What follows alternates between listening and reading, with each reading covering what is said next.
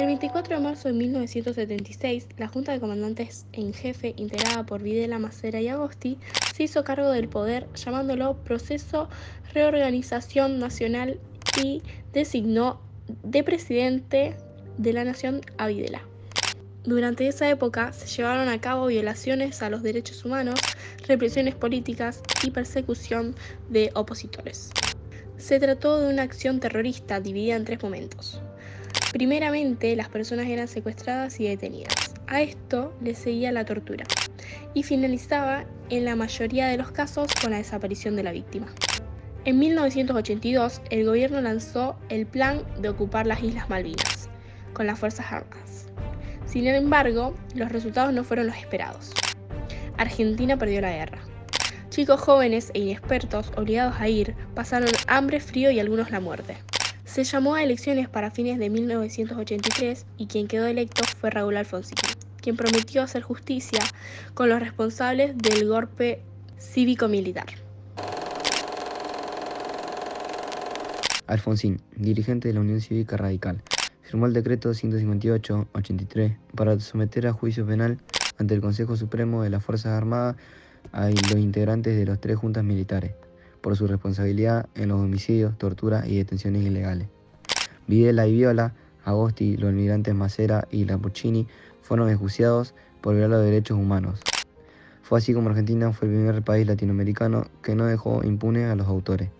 Sin embargo, a lo largo de su presidencia, Alfonsín enfrentó una hiperinflación desenfrenada y una deuda externa abrumadora. Las tensiones políticas se agudizaron y hubo intento de golpe militar, a medida que la economía se empeoraba y aumentaba el descontento social.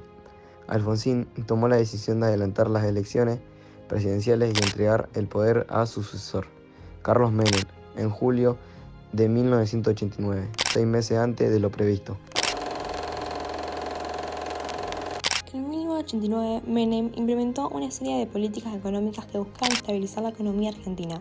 Su propuesta más destacada fue el programa de convertibilidad y el peso argentino tendría una paridad fija con el dólar estadounidense. Menem promovió la privatización de numerosas empresas estatales, lo que atrajo inversiones extranjeras y modernizó varios aspectos de la economía, lo que benefició a algunos sectores dejando de lado a la sociedad. En su segundo mandato desde 1993, Menem, su popularidad y apoyo político se debilitaron con el tiempo. A medida que avanzaba su presidencia, surgieron desafíos económicos y sociales. Incluía una creciente deuda externa y la crisis financiera de 1998.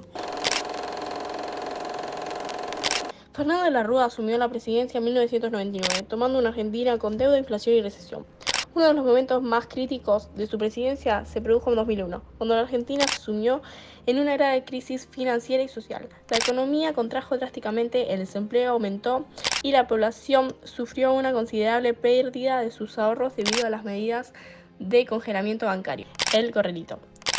En respuesta a las protestas y disturbios generalizados el 20 de diciembre de 2001, en medio de la creciente agitación y disturbios, presentó su renuncia como presidente, abandonando la Casa Rosada en helicóptero.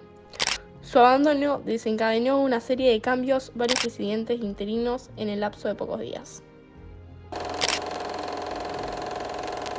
Néstor Kirchner asumió la presidencia de Argentina el 25 de mayo de 2003 y gobernó el país hasta el 10 de diciembre de 2007.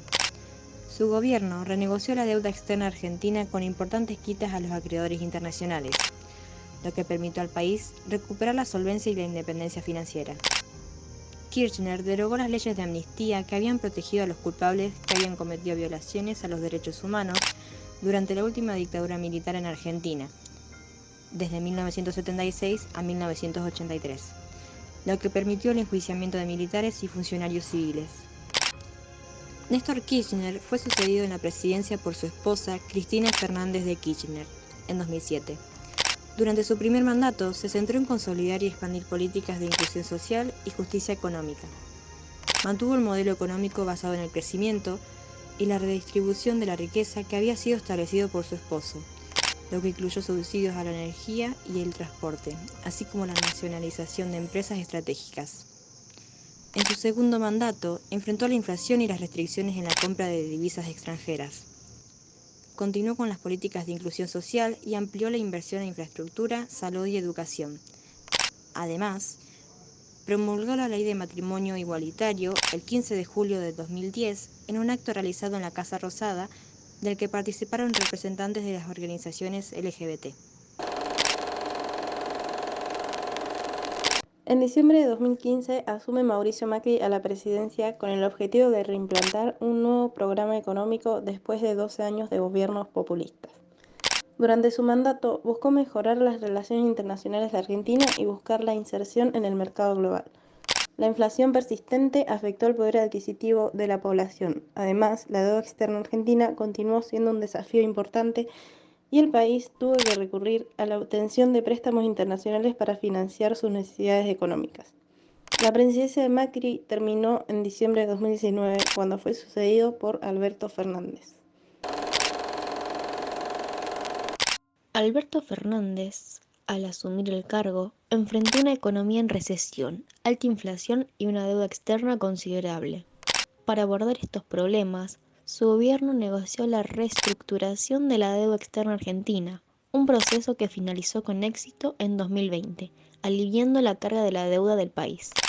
La presidencia de Alberto Fernández también ha estado marcada por su enfoque en políticas de bienestar social y protección de los sectores más vulnerables de la población. Otro aspecto importante de su presidencia ha sido su manejo en la pandemia de COVID-19. Su gobierno implementó medidas de salud pública para contener la propagación del virus y proporcionar asistencia económica a los sectores afectados por la pandemia. En la actualidad, el candidato populista de derecha Javier Milei y el peronista Sergio Massa se disputarán la segunda vuelta electoral que celebrará Argentina el 19 de noviembre. El debate queda configurado en los dos modelos tan diferentes que proponen cada uno para sacar a Argentina de sus profundos desequilibrios económicos, de una inflación galopante, de una pesada deuda externa, una actividad estancada y niveles de pobreza en ascenso.